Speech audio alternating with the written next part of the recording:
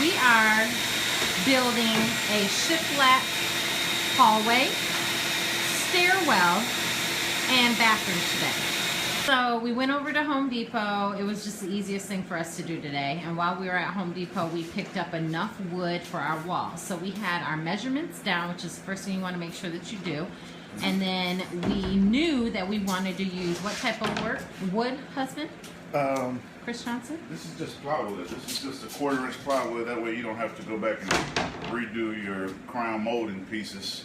So it's going to sit flush with the crown molding, because crown molding normally comes off about a 1/4 inch off from the wall. So these are just 1/4 inch sheets of plywood. They call it underlayment. You can use these like when you're putting down hardwood floors or carpet and stuff like that. Let me see if I can find it. And this is much cheaper as going to the lumberyard and picking up actual shiplap. So we measured everything, came to the conclusion that we needed about 20 sheets, and each sheet is 4 by 8. And we're going to be making each one of our shiplap pieces 8 inches wide.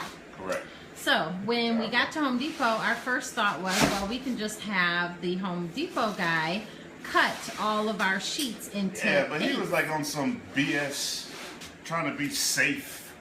He can only cut 12 inches. He couldn't go on to 8. He couldn't go to 8 inches because it wasn't safe. Right. So safety, smafety. So basically, if you catch the right person on the right day at Home Depot, there you go. Show them that. That's good.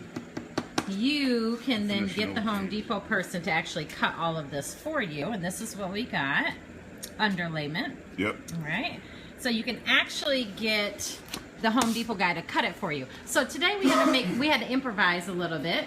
We decided to have the Home Depot guy cut us 16-inch pieces. So here's the 16-inch pieces, and we did tip him a couple dollars. 16-inch pieces, and then we're gonna have Chris cut each one of these pieces in half so that they will make 2 8s. There you go.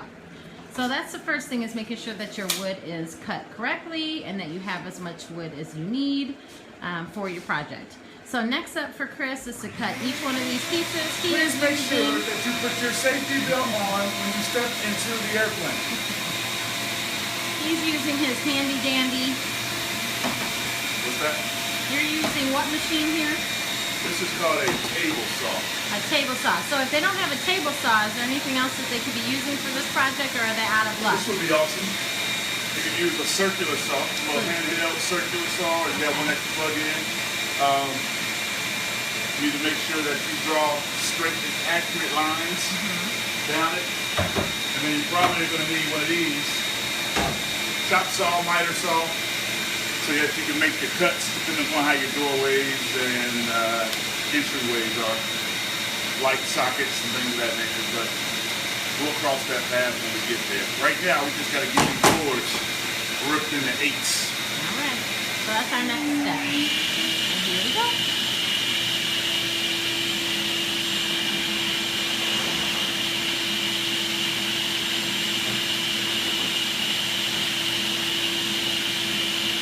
Pretty sure some of y'all out there is like, that's not how you do it.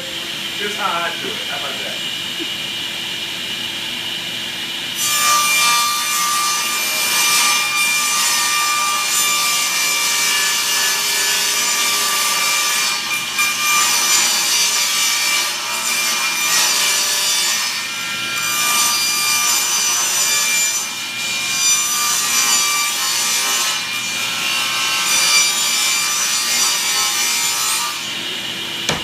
Two down, 655 more to go.